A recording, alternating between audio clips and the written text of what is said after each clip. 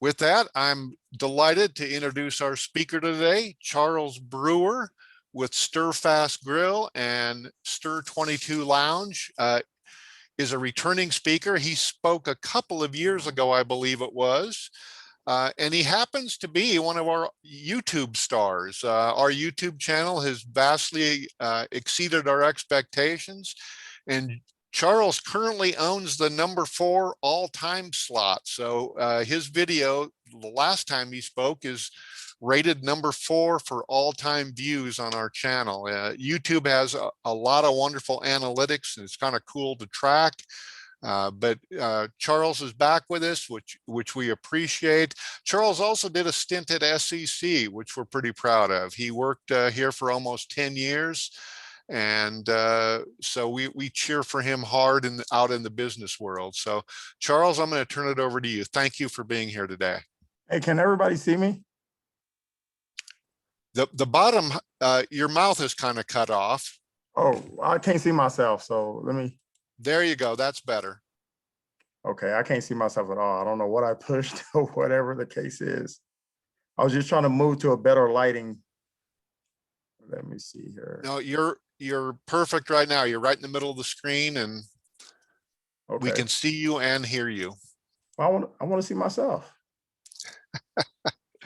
But we can go ahead and start. So there we go. Oh, there it is. I see myself. All right. Yeah, that's a little better lighting, I think. So where should we start? You start anywhere you like. You're in charge now. Okay. Well, I think you kind of set me up there, which I appreciate, Steve. Yes, my name is Charles Brewer. I currently own 2 restaurants here, Stur 22 Lounge, and on 2110 Winthrop Road, 31st and South Street. And then I also own SturFast African Caribbean Grill, which is on 1320 Old Street, so downtown. So Stur 22 came about pretty much because I wanted to open a cocktail lounge. And during the process of writing a business plan, trying to acquire a loan, trying to go through the whole process, talking to a consultant, he'd recommend that I look into adding food to the menu. And at that point in time, I wasn't a foodie. I didn't want to add food. I just want to focus on cocktail lounge for adults and whatnot. So I really didn't care too much about doing anything with food, but he encouraged me to do that. While he was helping me out with my business plan, he also looked at my bio and saw that I was from West Africa, Liberia. I was born there, came here when I was 6 years old. Then he also recommended, well, since you're going to do food, why don't you just do African food? And just like, I was just like, no, I don't think that's a good idea. I don't think people at that point in time, my personal opinion, don't know what African food is, and they think it has a negative connotation sometimes. So that's not something I wanted to do. But he encouraged me. He was like, yes, do it, please. He's like, I think it's going to be something new for Lincoln. It's going to be good. It's going to do very well. So I actually went with it. I reached out to my mom. I was, like I said, I didn't know how to cook. I reached out to her and I told her, I guess, Mom, we're doing African food on my cocktail lounge. And she thought I was really weird, but we went ahead and did it anyway. So what she said, what we're going to do, we're going to change it up a little bit. Where we're from, when we cook, we use a lot of different types of meats in the stews. Most of the dishes are stew based, and there's a lot of different types of meat. So we modified it where most stews or most dishes had about 1 or 2 different meats instead of a variety of different meats. And then we also threw some vegan and vegetarian options in there and things of that nature. So we kind of put a spin to it. I kind of like to use the word modernizing it, just to kind of make it more appeasing to the people in the States, in the US. So we did that for another 3 years, just to kind of learn, through trial and tribulations. Pretty much she's Skyping me. I flew over there and just cooking for the past 3 years, her dishes with a spin to it. So when that got done, I didn't feel comfortable in the dishes still. I feel like people still don't know what African food is. So what I did, since Caribbean, from Jamaica, Trinidad, Tobago, and a variety of different other countries like that, they use about the same spices what African countries use.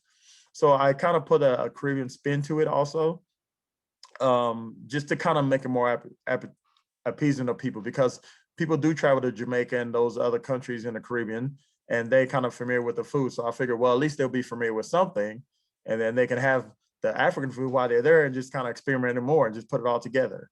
So I had some Jamaican friends who I reached out, and kind of they helped me out for about a year or so to kind of create some Jamaican Caribbean dishes. Let me say that.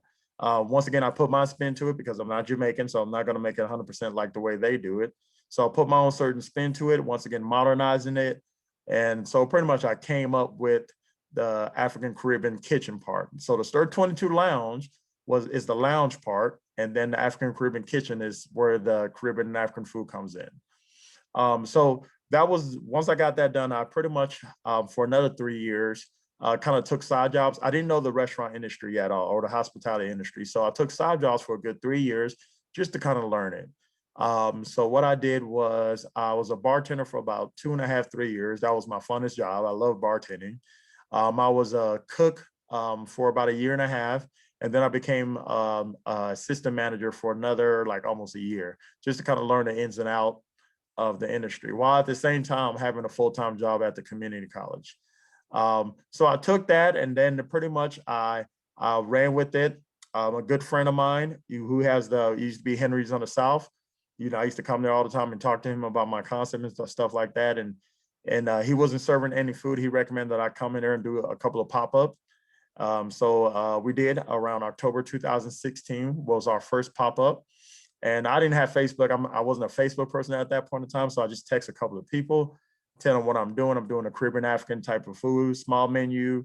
Come to Henry's on the South, enjoy some drinks and eat some food, and it'll be a good time. So I did that, and there was a line at the door, and we ran out of food in 2 hours. So he was ecstatic because he made some good money that day. He was like, "You need to do this again."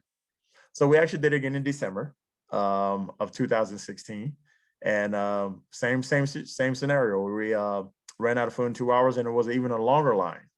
So we tried it one more time in January 2017.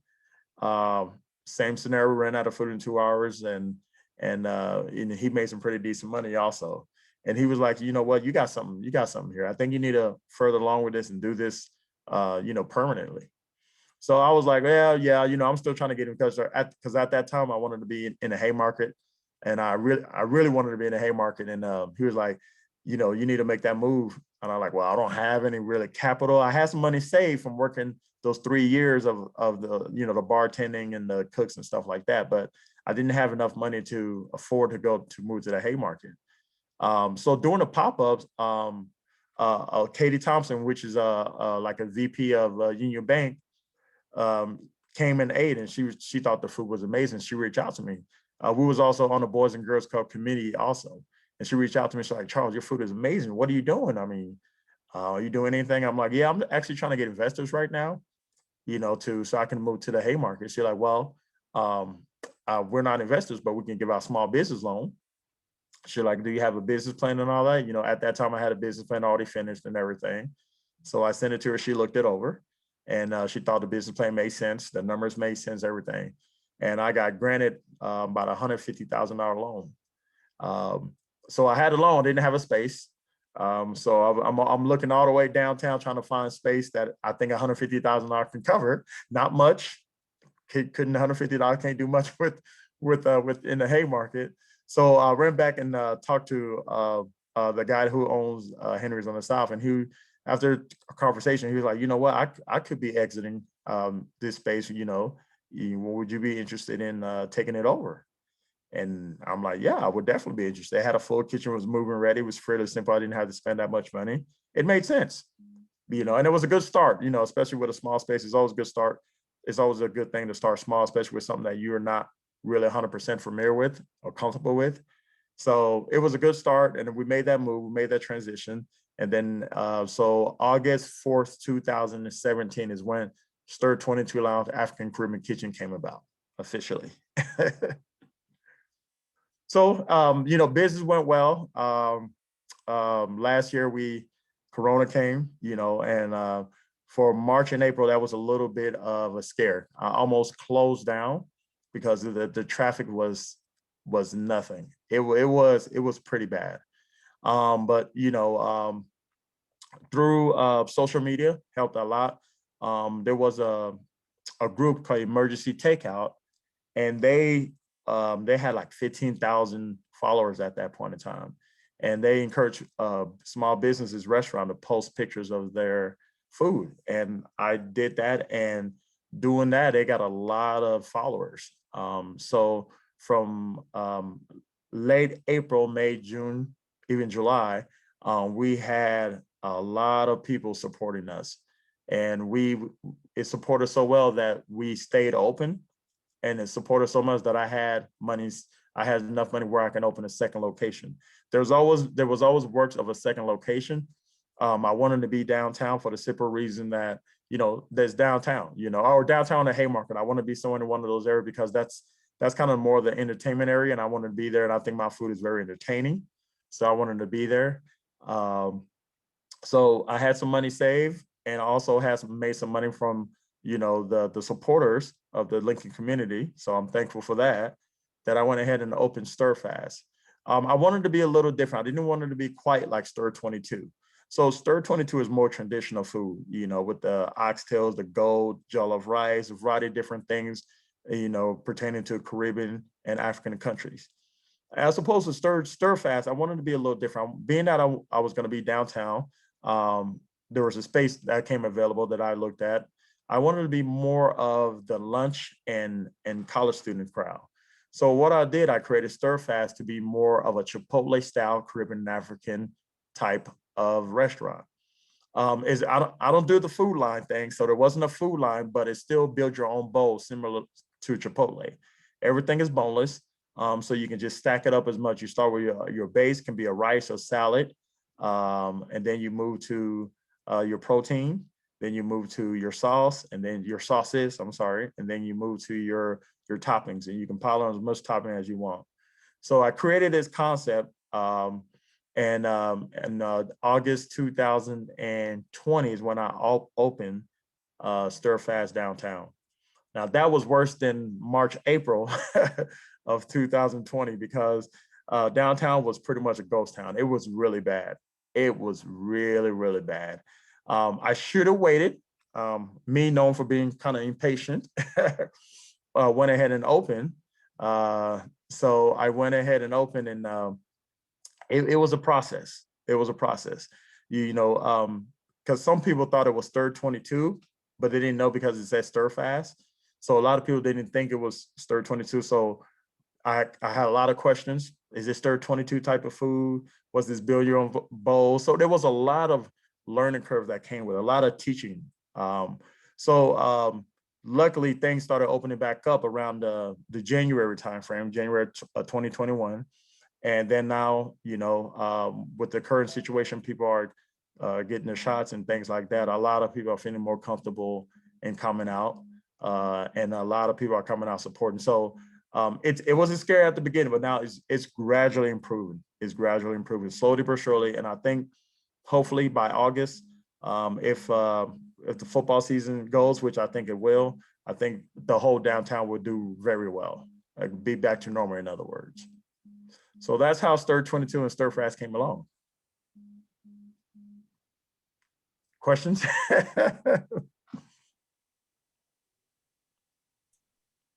Charles, I love the story of how the name of Stur 22 Oh, yes. came about. Yes. I always forget that. So Stur 22 came about because when I was younger, as I stated, when you cook African food, it's in a big pot with a lot of different meats, and it's almost like it's a variety of different stews. So you constantly got to stir it if you want to cook it quicker and kind of let those flavors and those spices kind of build up. Sometimes you might be stirring for hours, an hour or two. Well, being I was younger, my mom didn't want to do all the stirring, so she called me up to do that. I've kept on stirring, sometimes 30, 45 minutes to an hour, just stirring the pot, just stirring it, well, to make the time go faster, because I couldn't say, Mom, I don't want to do this anymore. So to make the time go faster, I used to count in a circle of motion how many times it takes me to stir until she tells me to stop. And the average time, was averaging about 22 times. So I remember that number when I was opening. So that's where 22 came from. Now, the reason why it's Stur with a U instead of an I, because my mom had a real thick accent. So when she said, go stir the pot, it sounded like she was saying stir the pot. And also most of the ingredients on the African side are my mom ingredients. So I put that U in there that represents her. So that's where the Stur 22 came from. Charles, this is Steve. Can you elaborate a little bit more on some of the spices that are unique maybe to African cooking compared to what are typically used in American dishes? Yeah, so here's the thing about where I'm from. Liberia was one of the first country that was colonized by the US. So when slavery was over, they shipped everyone to Liberia. By then, people could speak English and knew how to cook different types of food, referring to the States and things like that. So surprising enough, most of the spices that we use where I'm from are mostly types of spices that everybody use. Okay. It's just how you blend it together, pretty much is what it is. So yeah, so and on top of that too, I wanted to also make it more of a simpler, easier way to eat. Being that we're in the States here, not everybody know how to cook these types of dishes, from the oxtails and goats. So I didn't want to be in the kitchen every second, every hour. So what I did, I kind of really took a step back and focus on the spices that I can get from, Cisco or go to Sam's Club, Walmart, things of that nature, where I can just pick up and mix together, blend it together, and come up with something special. So it's not really anything from the country in regards to spices, just how I blend it together. And so I can bring an average Joe from outside, and I can teach him how to make a certain dish because the spices are just something that we blending in together pretty much. Okay. And another question, are you starting to see some of the foot traffic in downtown Lincoln return? Yes. I'm seeing a lot of business professionals come. I see a lot of people with suits.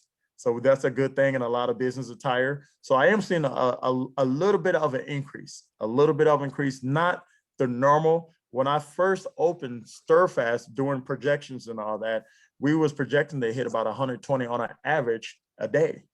When we first started, we was doing 30 to 40. That's a big difference. Yeah. We're gradually in 80 range. So we're getting there slowly but surely. And that's why I say when August comes, once the summer goes by in August, the students come back.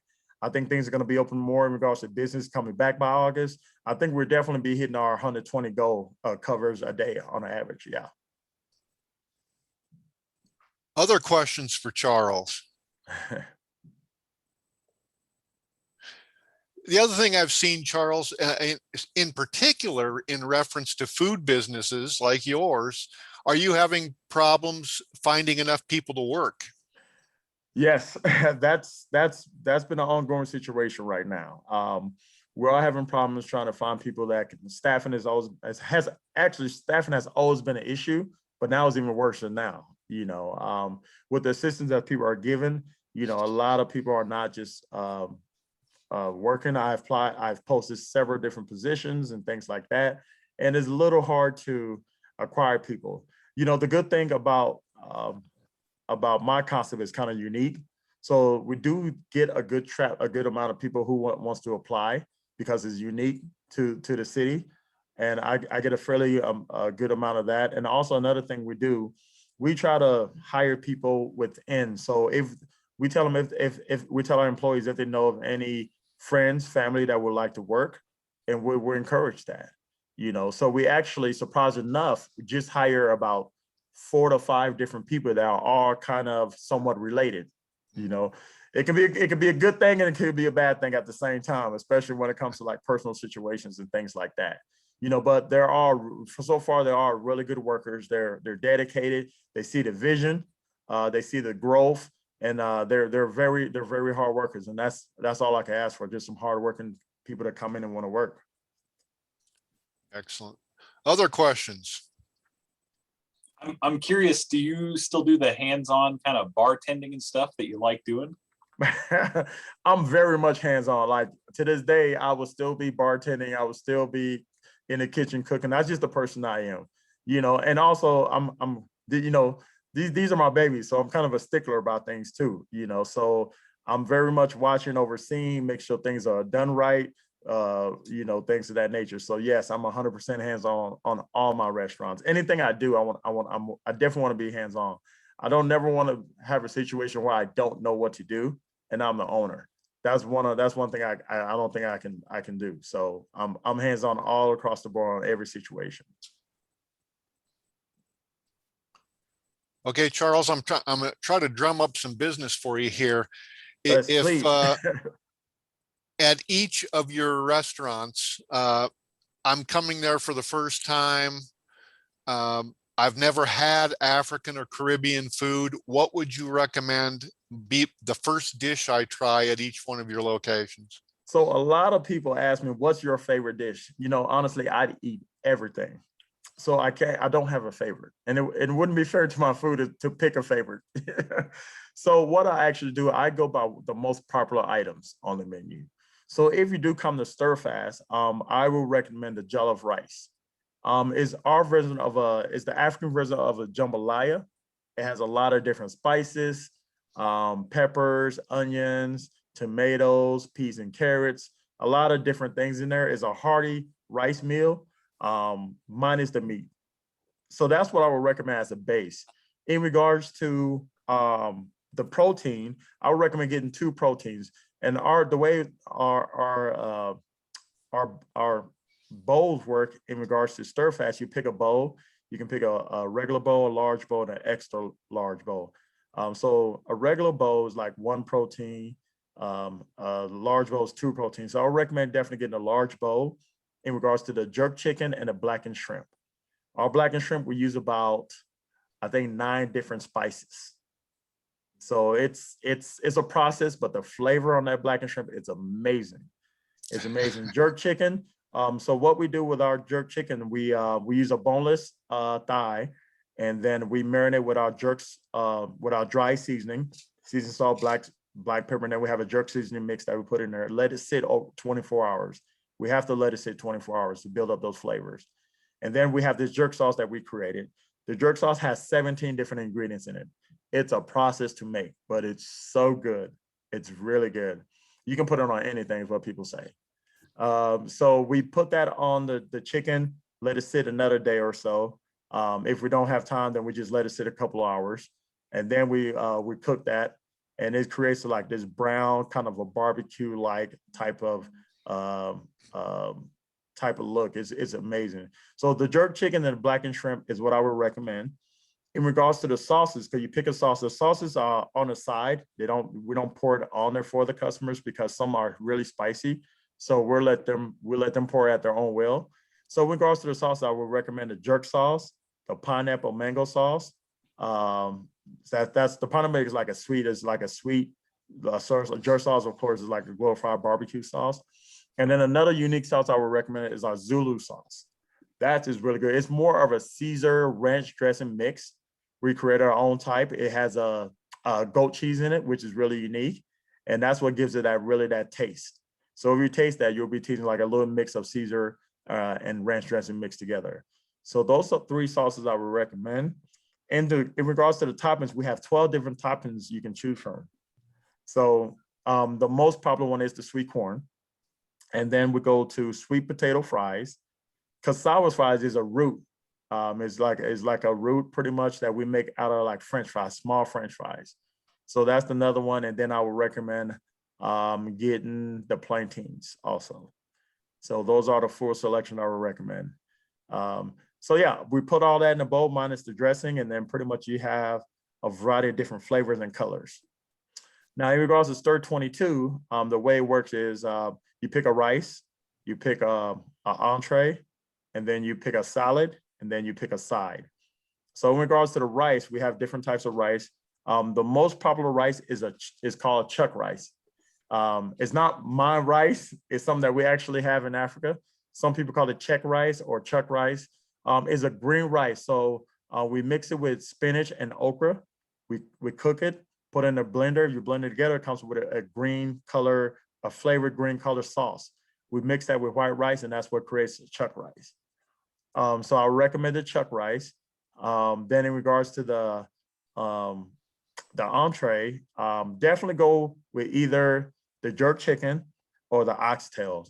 The oxtails is, a lot of people say, oh, I remember back in the day, I used to eat those oxtails when, my mom used to make it for me. It's not your mom oxtail, that's for sure. It's a lot different.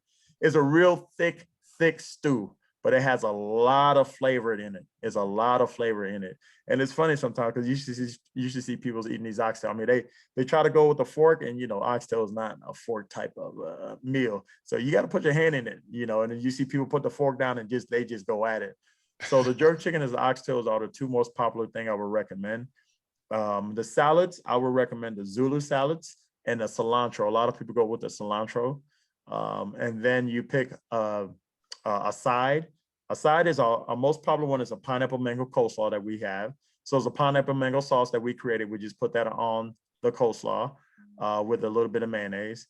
And then I would recommend also we just added steamed veggies to the menu at Stur 22. So those are the two roughly ones I would recommend.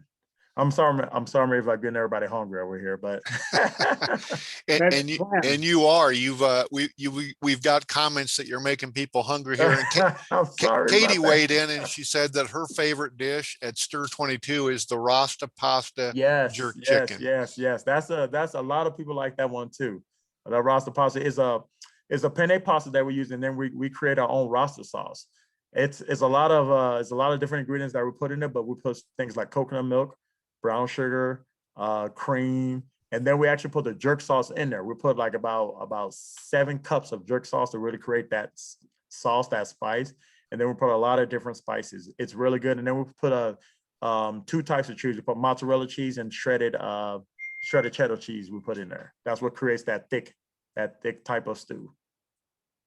Are you open for lunch? At Stur 22, we're open at 4 p.m. SturFast, yes. SturFast is open from lunch from 11 to 9. Excellent. And Charles, what from the business side of things, I guess, what is the biggest surprise you've had as a business owner? What's one of the biggest lessons you've learned as a business owner? Well, honestly, I really thought when I was opening a restaurant that I could just teach people how to cook these dishes, and make these drinks. And I just sit home and not sit home, for example, but I won't have to be there as much, where I can just come in, make sure everything is good. Do I need to get anything for anyone? Okay, I'll see y'all later. I'm going home. Yeah, that wasn't the case. Not at all. If you really, truly, truly want your business to run successful and grow, you truly have to be there. You truly have to be there. Nothing against our employees. I have some amazing employees. I have amazing staff, and they do a great job. But it's your business, so you truly have to be there. You truly have to watch things and kind of be a little particular about how things are. You have to set structure, have to set guidelines in regards to how things need to be ran and things like that. Because if you don't, you become loose, or you become just a little bit lenient or whatever. It becomes a habit of where your staff could change everything and take over. So yeah, I'm a little firm when it comes to my babies. Those are my babies.